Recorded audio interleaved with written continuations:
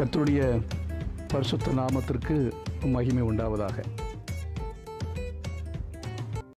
எபிரேயர் 1 அதிகாரம் 5வது வசனம். எபிரேயர் 1:5. நீர் என்னுடைய குமாரன், இன்று நான் உம்மை ஜெனிப்பித்தேன் என்றும், நான் அவருக்கு பிதாவாய் இருப்பேன், அவர் எனக்கு குமாரனாய் இருப்பார் என்றும் அவர் தூதர்களில் யாருக்காவது எப்போதாகிலும் சொன்னதுண்டா? அப்போ இயேசு தேவகுமாரன். அதன்படி எபிரேயர் 1:2 சர்வத்துக்கும் சுதந்திரவாளியாக அவரை நியமித்தார் அப்படின்னு சொல்லப்பட்டிருக்கிறது. அப்போ நியமிக்கப்பட்டார் அப்படிங்கிறது இன்னொரு விதத்துல வேதத்துல பார்க்கும் பொழுது அபிஷேகம் பண்ணப்பட்டவர் அப்படின்னு பார்க்கிறோம். சில சபையில, சில டினாமினேஷன்ல, சில சபைகளில இன்னும் சொல்ல போனால் ஆவிக்குரிய சபைகளிலும் கூட பாஸ்டர்ஸை நியமித்தல் அப்படின்னு சொல்லி ஒரு ஆர்டைன் பண்ணுவாங்க. ஆர்டினேஷன் அப்ப நியமித்தல், ஆர்டினேஷன் என்று ஆங்கிலத்தில் சொல்வார்கள். அதே விதமாக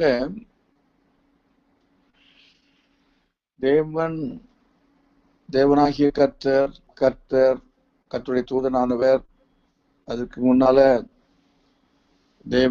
தேவன் என்கிறதோட சேர்த்து வார்த்தையானவர். அப்போ இயேசு கிறிஸ்துவை பற்றி நாம் அறிந்து கொள்ள வேண்டும், தேவனை பற்றி நாம் அறிந்து கொள்ள வேண்டும். அப்ப தேவனுடைய வெளிப்பாடு என்று சொல்லும்போது மாம்சத்தில் வெளிப்பட்டது என்பதுதான் இயேசுவின் பிறப்பு. அப்போ இங்கே நம்ம பார்க்கும்போது என்ன பார்க்கிறோம்னா, தேவகுமாரன் அப்படிங்கிறதே இந்த வசனத்தை நல்லா நம்ம கவனிக்கணும். இந்த வசனங்கள் எல்லாம் சும்மா போற போக்கில வாசித்தா நமக்கு ஒண்ணும் என்ன செய்யாது, விளங்காது. எபிரேயர் நிருபத்தை அதை நாம் உண்மையாக முடிக்க முடியுமானா முடிக்க முடியாது. அதை படிச்சுட்டே இருக்கலாம். அதற்காக மற்ற பகுதிகளுக்கு போக வேண்டாம் என்பதில் நம்ம ஒவ்வொரு புஸ்தகங்களாக படிக்கிறதும் அதனுடைய மேலோட்டமாக படிக்கிறதும் அவசியம்தான். ஆகவே அந்த காரியத்தில் டைரக்டர்ஸுகள் எடுக்கிற முயற்சிக்காக அவர்களுக்கு பாராட்டுகள். அப்போ இங்கே நம்ம பார்க்கும்போது தேவனுடைய குமாரன் கடைசி நாட்களில் குமாரன் மூலமாக திருவுளம் பற்றினார் அப்படின்னு நம்ம பார்க்கிறோம் அல்லவா? அப்போ அது அடுத்தது 5ஆம் வசனத்துல படிக்கும்போது, நீ என்னுடைய குமாரன் என்று தேவன் சொல்லுகிறத பார்க்கிறோம். அப்போ தேவன் என்ன சொல்லுகிறார்? இந்த கடைசி நாட்களிலே, அதாவது குமாரன் மூலமாய் நமக்கு திருவுளம் பற்றினார். இங்கே நாம் பார்க்கும் பொழுது குமாரன் எப்படி ஆனார், எப்படி தேவனுடைய குமாரன் தேவனுக்கு குமாரன் ஆனார் அப்படிங்கிறதை நம்ம அதுல ஒரு கேள்வி இருக்கிறது. அப்ப எப்படி தேவனுடைய குமாரன் ஆனார்? அப்ப தேவனுக்கு எப்படி அந்த வார்த்தையானவர் அவர் குமாரன் ஆனார்? கர்த்தருடைய தூதனானவர் என்று சொல்லப்பட்டவர் எப்படி அவர் குமாரன் ஆனார்?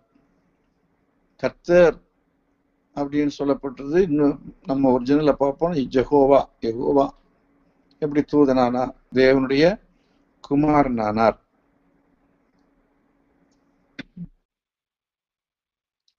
அவர் ஏன் மனுஷகுமாரன் ஆனார்? இதெல்லாம் நம்ம படிக்க வேண்டிய விஷயங்கள். இதன் மூலமாக உங்களுடைய விசுவாசம் என்ன செய்ய வேண்டும், உறுதிப்படும். சும்மா ஒரு மத சடங்குக்குள் இருக்க மாட்டீங்க. கிறிஸ்டியானிட்டியுடைய தத்துவத்தை படித்து கொடுக்கிறது இல்லை. அந்த ஒரு வாய்ப்பை தேவன் நமக்கு தந்திருக்கிறார். ஆகவே இதுல அநேகர் கூட்டப்பட்டு கற்றுக்கொண்டால் அனைவரும் வருநாட்கள்ல சிறந்தவர்களாய் மாறுவீர்கள். சந்தேகம், தேவனை பற்றி, இயேசு கிறிஸ்துவை பற்றி, கிறிஸ்தவத்தை பற்றி சந்தேகங்கள் போய்விடும். மற்றவங்களுக்கு தெளிவாய் நாம் பதில் சொல்லவும் முடியும். அப்போ எப்படி அவர் தேவகுமாரனாக அவர் மாறினார் அப்படிங்கிறது 2 விஷயம் சொல்லலாம். சங்கீத புத்தகத்தில் 2ஆம் சங்கீதத்துல 7வது வசனத்துல பார்க்கும்போது, by his birth, not by birth but by declaration, அதாவது பிரகடனத்தின் மூலமாக இயேசு கிறிஸ்து அவர் பிறந்தார். அவருடைய பிறப்பு என்பது பிரகடனம் செய்யப்பட்டது. அப்ப தேவனுடைய குமாரனானார் அப்படிங்கிறத தேவன் அதை பிரகடனப்படுத்துகிறார். இப்போ ஒரு குழந்தையை எப்படி தத்தெடுக்கும் போது பிரகடனம் செய்கிறாங்களோ அதே போல அப்ப விதமாய் பிரகடனத்தின் மூலம். 2வது பரிசுத்த ஆவியானவர் மூலம் அவர் பிறந்ததுனால, அதை லூக்கா 1:35 நாம் படிக்கிறோம். அப்போ அவர் எப்படி தேவனானார் அப்படிங்கிறத பற்றி பார்த்தோம். அடுத்தது, அவர் ஏன் தேவகுமாரன் ஆனார்?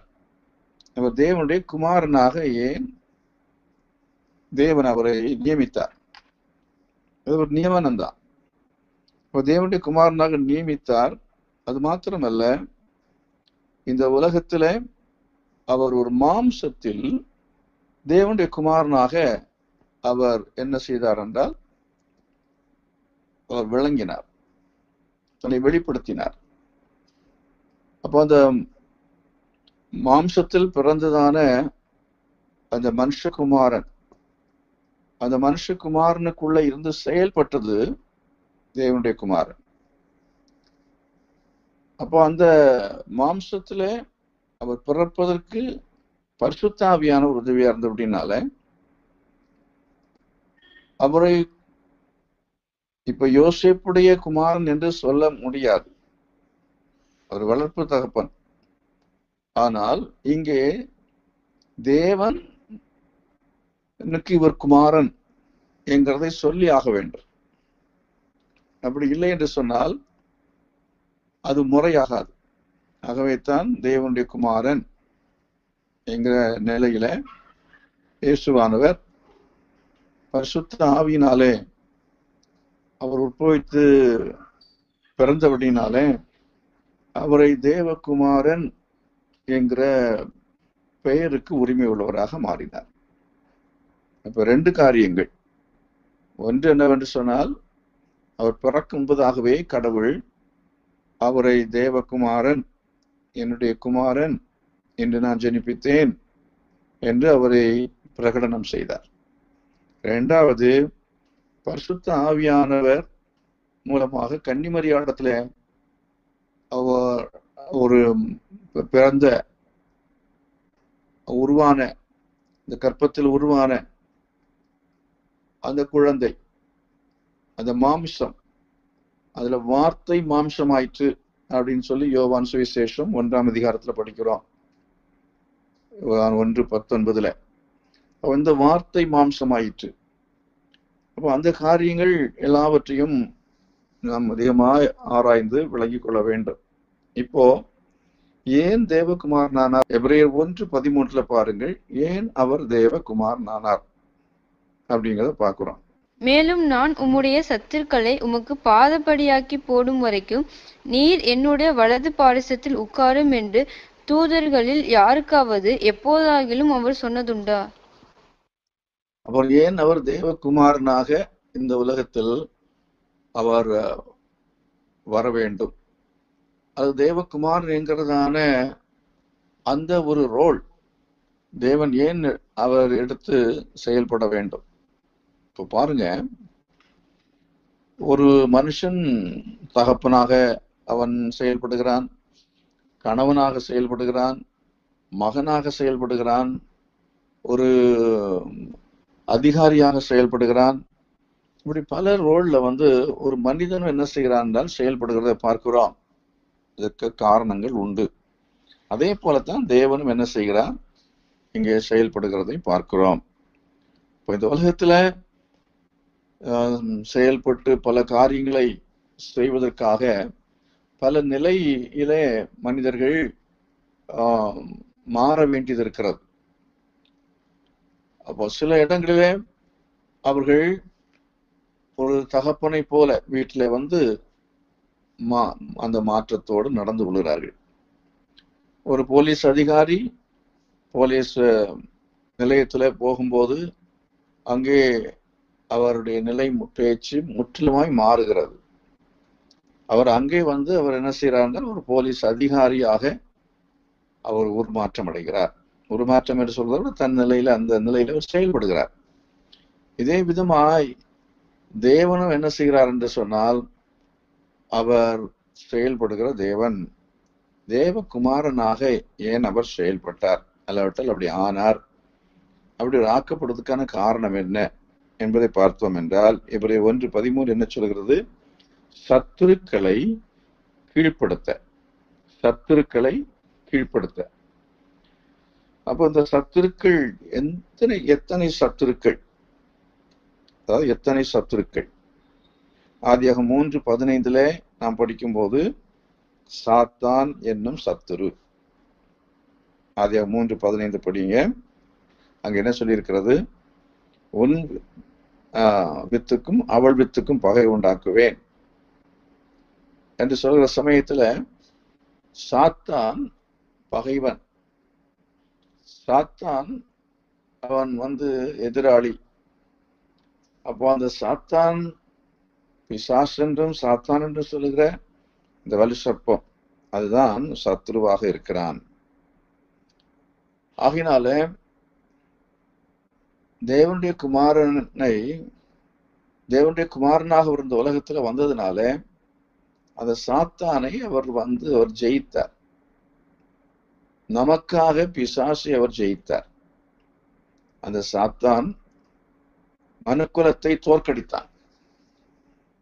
மனுக்குலத்தை தோற்கடித்ததான அந்த சாத்தானை இயேசு இந்த உலகத்துல அவர் அவனை ஜெயித்தார்.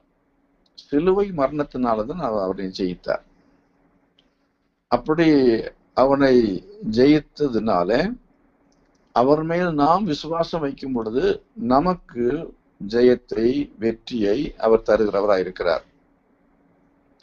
அதனால்தான் பிசாசுகளை நீங்கள் துரத்துவீர்கள் என்று அவர் சொன்னார், என் நாமத்தினாலே. அவருடைய நாமத்தினாலே நாம் பிசாசுகளை துரத்த முடிகிறது என்றால் காரணம் என்ன, அவர் சாத்தானை ஏற்கனவே ஜெயித்து விட்டார். ஆகவே நாமும் பிசாசுகளை துரத்த முடியும். நாமும் சாத்தானை அவருடைய நாமத்தில் ஜெயிக்க முடியும். இயேசு சாத்தானை எப்படி ஜெயித்தார்? வார்த்தையினாலே ஜெயித்தார். அவரை சோதிக்கும்படி சாத்தான் வந்தபோது இப்படி எழுதியிருக்கிறதே என்றுதான் அவனும் வஞ்சிக்கும்படி பார்த்தான். ஆனால் இயேசு கிறிஸ்து அதற்கு இடம் கொடுக்காமல் வார்த்தையினாலே அவனை ஜெயித்ததை பார்க்கிறோம். ஆகினால் நாம் வெற்றி பெற்ற ஒரு கிறிஸ்தவ வாழ்க்கை உடையவளா இருக்க வேண்டும் என்றால், ஒரு வாலிபன் தன் வழியை எதனால் சுத்தம் பண்ணுவான், வசனத்தின்படி தன்னை காத்துக் கொள்கிறதுனால் தானே என்று சொல்லி இருக்கிறது. ஆகையினால் வேத வசனங்களை நாம் தினந்தோறும் படிக்க வேண்டும். வசனங்கள் நம் இருதயத்தில் இருக்க வேண்டும். அப்பொழுதுதான் சாத்தான் ஒரு வழியாக போக சொன்னால், இல்லாட்ட ஒரு ஆலோசனை சொன்னால், அது சாத்தான் தான் சொல்லுகிறான், அது தேவனுடைய வழி அல்ல என்று நாம் தெரிந்து கொள்வதற்கு அது உதவி செய்யும். பிசாசு அநேகரை வஞ்சிக்கிறத பார்க்கிறோம். அவன் வஞ்சிக்கிறவன். ஏவாளை வஞ்சித்தான். அப்படி அன்றைக்கு ஏவாளை வஞ்சித்ததோடு நின்று விடவில்லை. இன்றைக்கும் வரையிலையும் உலகம் முழுவதும் இருக்கிறதான மனுஷர்களை வஞ்சிக்கிற ஒரு வேலையைத்தான் அவன் செய்து கொண்டிருக்கிறான். அதைத்தான் நான் கிறிஸ்துமஸ் நாளிலே பேசும் பொழுது, கிறிஸ்து என்பதற்கு இயேசு கிறிஸ்து மேசியா இரட்சகர் என்பதற்கான அடையாளங்கள் அவைகளை நான் எடுத்து பேசினேன். ஒரு 7 அடையாளங்கள் நினைக்கிறேன். ஆகவே அந்த அடையாளங்களை குறித்து ஆராய வேண்டும். அது இல்லை என்றால் அவர் கிறிஸ்து அல்லவே அல்ல, கள்ள கிறிஸ்து. சாத்தானை ஜெயித்தவர் அவர்தான் தேவனுடைய குமாரன், அபிஷேகம் பண்ணப்பட்டவர் கிறிஸ்து. அவர்தான் கிறிஸ்துவா இருக்க முடியும். இயேசு கிறிஸ்து அவனுக்கு பசி உண்டான போது சாத்தான் வந்து அவரோடு பேசின பொழுது அவர் கீழ்ப்படியவில்லை. வேதம் சொல்கிறது, பிசாசுக்கு எதிர்த்து நில்லுங்கள், அப்பொழுது அவன் உங்களை விட்டு ஓடி போவான். அதனாலே பிசாசுக்கு எதிர்த்து நிற்க வேண்டும். தேவனுக்கு என்ன செய்யணும்? கீழ்ப்படிந்து இருக்கணும். அப்ப தேவனுக்கு கீழ்ப்படியாமல் பிசாசு ஜெயிக்க முடியாது, எதிர்த்து நிற்க முடியாது. இப்ப தேவனுக்கு கீழ்ப்படிந்தால் தேவனாகிய கர்த்தர் அவனை எதிர்த்து நிற்கும்படியான பலனையும் கிருபையும் தருவார். தேவனுக்கு கீழ்ப்படுகிறதான ஒரு தேவனுடைய பிள்ளையை கண்டு பிசாசு பயப்படுவான். நன்றாய் புரிந்து கொள்ளுங்கள். சாத்தான் யாரை பார்த்து பயப்படுவான் என்றால், தேவனுடைய பிள்ளைகளா இருக்கிறவர்களை பார்த்து பயப்படுவான். மடியில் கனம் இல்லை என்றால் வழியில் பயம் இல்லை. யாருக்கு பயம் இல்லை? அதாவது பாவங்கள் நம்முடைய வாழ்க்கையில் இருக்கும் என்றால் நமக்கு பயம் போகவே போகாது. ஆகினால் சாத்தானை ஜெயித்த இயேசு கிறிஸ்து அவனை முற்றிலும் இன்னும் மேற்கொள்ளும்படியாகத்தான் அவர் யுத்தம் செய்து கொண்டே இருக்கிறார். அவர் நம்முடைய போராட்டம் என்பதும் சாத்தானோடு உள்ள போராட்டம் என்பதும் கடைசி வரையிலையும் மாம்சத்தில் இருக்கிறது. கடைசி வரையிலையும் நமக்கு ஏதாவது ஒரு போராட்டத்தை, பிரச்சனையை பிசாசு கொடுத்து கொண்டே இருப்பான். அதிலே நாம் என்ன செய்ய வேண்டும்? சோர்ந்து போகாமல் இருந்து தேவைப்பட்டால் உபவாசத்தோடு ஜெபிக்க வேண்டும். அப்படி ஜெபித்து நாம் பரிசுத்தாவின் பலனை பெற வேண்டியது அவசியம். அவருடைய பலன் இல்லை என்றால் நாம் அவனை ஜெயிக்கவே முடியாது, சாத்தானை ஜெயிக்கவே முடியாது. அவருடைய அபிஷேகத்தை பெற வேண்டும். ஜெப வாழ்க்கை நமக்கு இருக்க வேண்டும். அப்பொழுதுதான் அபிஷேகம் விளங்கும். அதனாலே நாம் சாத்தானை ஜெயிக்க முடியும், பிசாசை ஜெயிக்க முடியும். பிசாசு நம்மை பார்த்து பயப்பட வேண்டும், நாம் பிசாசை பார்த்து பயப்படுவதல்ல.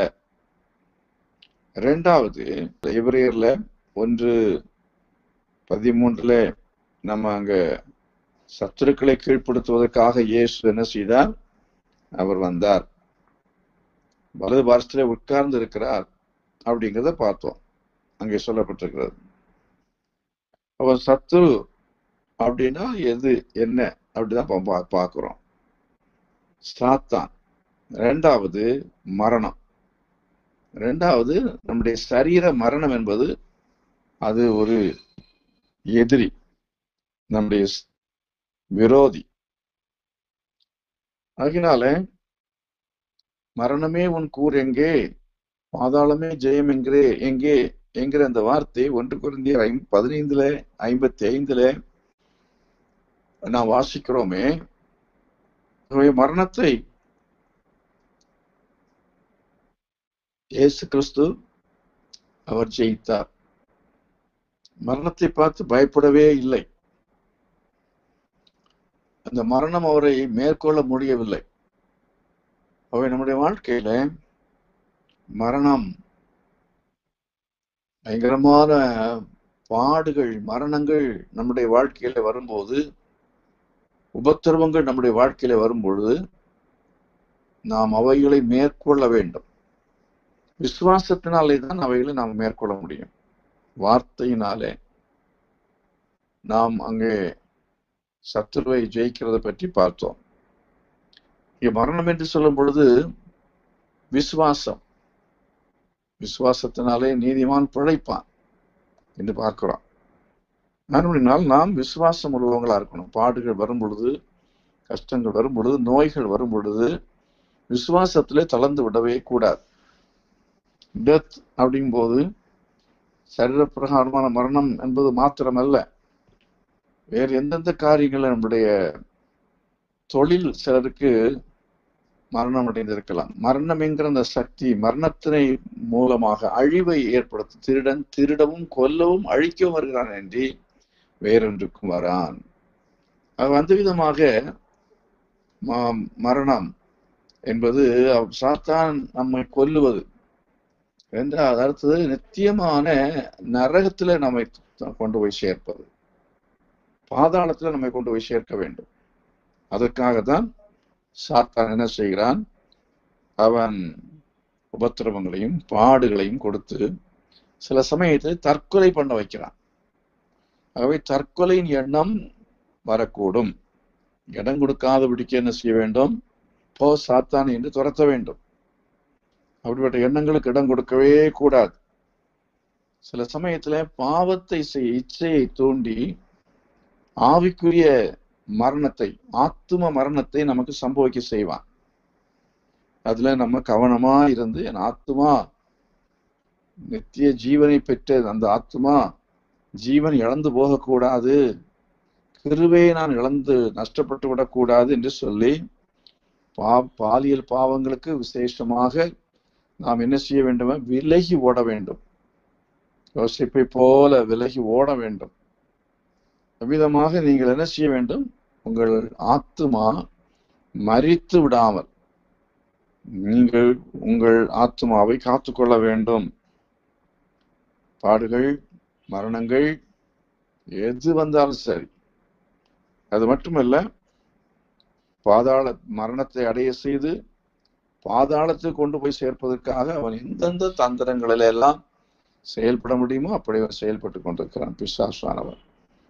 நாம் அதற்கு இடம் கொடுக்காதவருடைய தந்திரங்களை நாம் அறிந்து கொண்டு, பிசாசின் தந்திரங்கள் தெரியாதவைகள் அல்லவே என்று பவுல் சொல்கிறது போல தந்திரங்களை அறிந்து கொண்டு ஜாக்கிரதையாய் ஜீவிப்போம் என்றால் மரணத்தையும் நாம் ஜெயிக்க முடியும், பாதாளத்தையும் ஜெயிக்க முடியும். இயேசு அவ்விதமாகவே அவர் ஜெயித்தார். அது மட்டுமல்ல, நான்காவதாக ரோமர் 4ஆம் அதிகாரம் 25ஆம் வசனத்தை வாசிப்போம் என்றால் அங்கே பாவம் என்று சொல்லியிருக்கிறது. இப்போ பாவம் ஒரு சத்துரு. இப்போ பாவத்தை நாம் என்ன செய்ய வேண்டும்? மேற்கொள்ள வேண்டும்.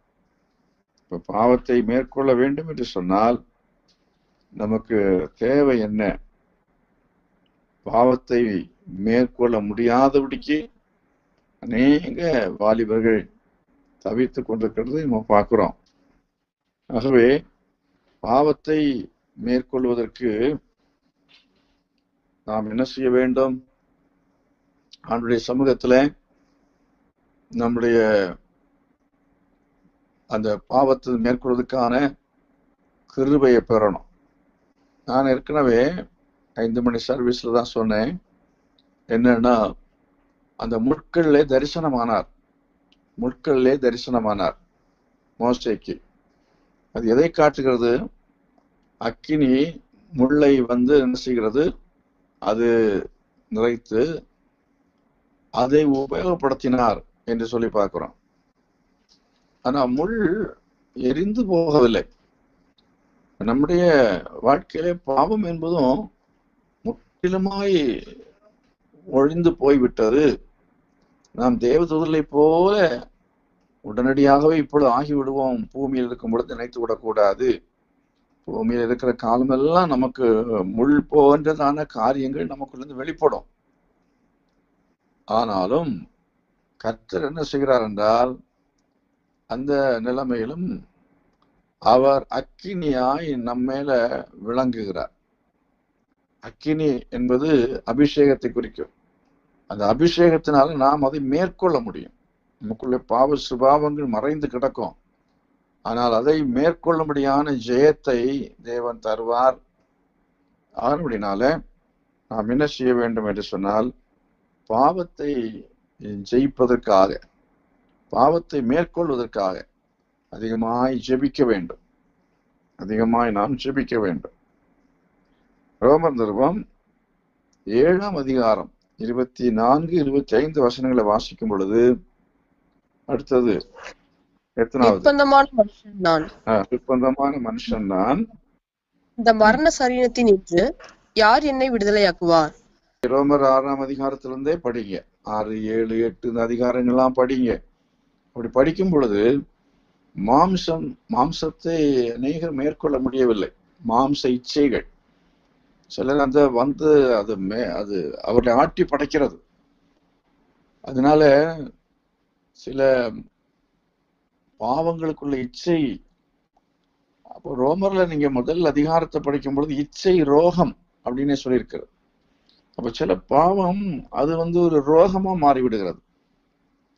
சிலருக்குள்ள வருகிற அந்த இச்சை அவர்களுக்கு அது ஒரு ரோகம், வியாதி போல மாறிவிடுகிறது.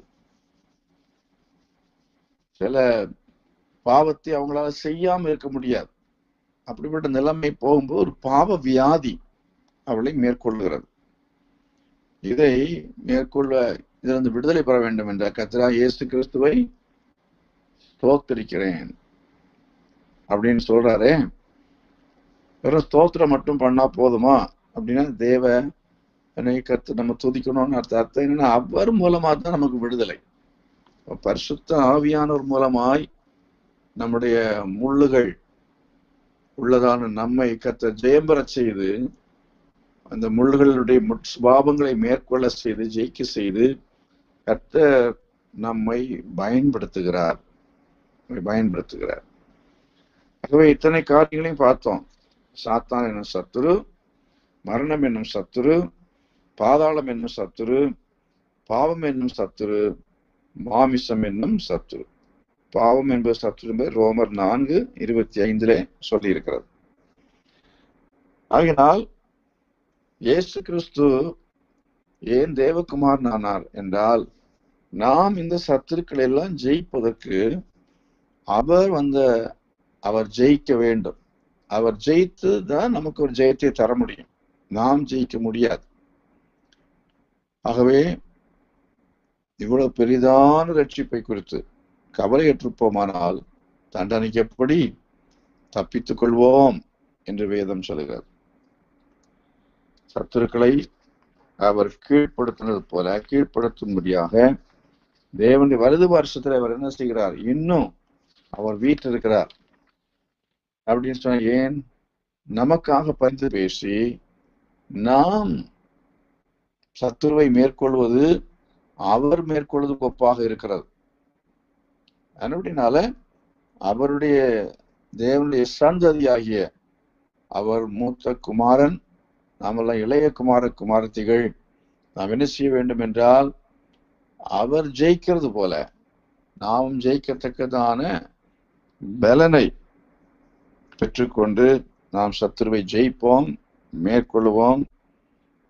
ஆண்டவர் இயேசு கிறிஸ்து தேவனுடைய வலது பாரசத்தில் இருக்கிறது போல அவர் வலது பாரசத்தை நாம் சென்றடைய முடியும். கடைசியாக சாத்தானை ஜெயித்தார், மரணத்தை ஜெயித்தார், பாதாளத்தை ஜெயித்தார், பாவத்தை ஜெயித்தால், மாம்சத்தை ஜெயித்தால், அவர் இவைகளை ஜெயித்து வலது பாரசத்தில் அவர் உட்கார்ந்து இருக்கிறார். ஆனாலும் இன்னும் அவர் அங்கிருந்து கொண்டு சத்துருவை அவர் முற்றிலுமாய் அவர் தலையை நசுக்கும் அந்த வேலை, அவர் முற்றிலுமாய் அழிந்து போக அடிக்கக்கூடியதான வேலையை அவர் சீக்கிரமாய் அவர் வந்து நிறைவேற்றுவார். அவர் உங்களுக்குள்ள எனக்குள்ள இருக்கிற ஆண்டவர் இயேசு சத்துருவை ஜெயித்தவர், சாத்தானை ஜெயித்தவர். ஆகவே நாமும் ஜெயிப்போம் என்பதிலே சந்தேகமே இல்லை. ஜெபித்து நாம் நிறைவு செய்வோம். ஸ்தோத்திரம் கர்த்தாவே, ஸ்தோத்திரம் ராஜா. ஆண்டவரே, இந்த இதில் கூட ஆண்டவரே அப்பா உங்க சமூகத்துல உட்கார்ந்து அப்பா உங்க சத்தியத்தை கேட்க கூடியத ஆண்டவரே அந்த நேரத்தை கொடுத்த கிருபிக்காக உமக்கு நன்றி செலுத்துகிறோம் ராஜா. ஸ்தோத்திரம் ஆண்டவரே அப்பா. இன்றி கூட ஆண்டவரே நாங்கள் கேட்ட ஒவ்வொரு சத்திய வார்த்தைகளையும் ஆண்டவரே அப்பா எங்களோட மனதின் ஆனந்தத்தில் வைத்து ஆண்டவரே அப்பா அதன்படி நடக்க ஆண்டவரே அப்பா நீர் எங்களுக்கு கிருபை பார்த்தாங்க செபிக்கிறோம். ஆண்டவரே அப்பா இன்றைக்கு கேட்ட ஆண்டவரே அந்த 5 சத்தியங்களையும் ஆண்டவரே அப்பா எங்கள் வாழ்க்கையில் எடுத்துக்கொண்டு ஆண்டவரே அப்பா நம்முடைய சமூகத்திலே ஆண்டவரே அப்பா ஒரு பாவம் இல்லாமல் வாழக்கூடிய அந்த வாழ்க்கையை நீர் எங்களுக்கு தரணும் செபிக்கிறோம். ஆண்டவரே அப்பா உங்க சமூகத்திலே ஆண்டவரே எங்களுக்குள்ளே அதிகமாக விசுவாசங்கள் பிறகு நாங்கள் செபிக்கிறோம். ஆண்டவரே ஸ்தோத்திரம். ஆண்டவரே இங்க வந்து இந்த கூடிகள் கூடியிருக்கிற ஒவ்வொரு வாலிபர்களுக்குள்ளையும் ஆண்டவரே அப்பா உண்மையில் உள்ள விசுவாசம் ஆண்டவரே இன்னும் அதிகரிக்க நாங்கள் செபிக்கிறோம். ஆண்டவரே எங்களுக்குள்ள இருக்கிற அந்த பாவமான காரியங்கள் எல்லாம் ஆண்டவரே எங்களை விட்டு விலக ஆண்டவரே அப்பா இன்றைக்கே நாங்கள் ஆண்டவரை ஒப்பு கொடுத்து செபிக்கிறோம். தகப்பனே ஸ்தோத்திரம். ஆண்டவரே ஸ்தோத்திரம் அப்பா உங்களுடைய வருகை நாட்களில் ஆண்டவரே அப்பா இந்த 5 அந்த பாவமான காரியங்கள் ஆண்டவரே அப்பா நாங்கள் ஆண்டவரே அப்பா எங்களுக்கு காத்துக்கொள்ள ஆண்டவரே அப்பா நீர் ஆண்டவரே அப்பா எங்களுக்கு உதவும் நாங்கள் செபிக்கிறோம். ஆண்டவரே அப்பா உங்களுடைய சத்தியத்தின்படி நடக்க ஆண்டவரே ஒவ்வொருவரையும் நாங்கள் ஒப்பு கொடுத்து செபிக்கிறோம். ஸ்தோத்திரம் ராஜா ஸ்தோத்திரம். ஆண்டவரே இன்றைக்கு கூட ஆண்டவரே அப்பா வார்த்தையை கொடுத்த ஆண்டவரே எங்களோட தலைமை பொதுவாக நாங்கள் செபிக்கிறோம். ஆண்டவரே அப்பா இன்னும் நீர் ஆண்டவரே அப்பா அவர் மூலமாய் அநேக வார்த்தைகளை ஆண்டவரே அப்பா எங்களுக்குள்ள நீர் பேசும் நாங்கள் செபிக்கிறோம். ஆண்டவரே அப்பா அவருக்கு பூர்ண பலத்தையும் ஆண்டவரே சுகத்தையும் நீர் தரும் நாங்கள் செபிக்கிறோம். ஆண்டவரே இன்னும் ஆண்டவரே அப்பா அவர் மூலமா அநேக வார்த்தைகளை கேட்க ஆண்டவரே நீர் எங்களுக்கு கிருபை பாராட்ட நாங்கள் செபிக்கிறோம், ஸ்தோத்திரிக்கிறோம். ஆண்டவரே இந்த கூடைக்கு வந்த ஒவ்வொருவரையும் நீங்க ஆசீர்வதிங்க ராஜா ஸ்தோத்திரம்.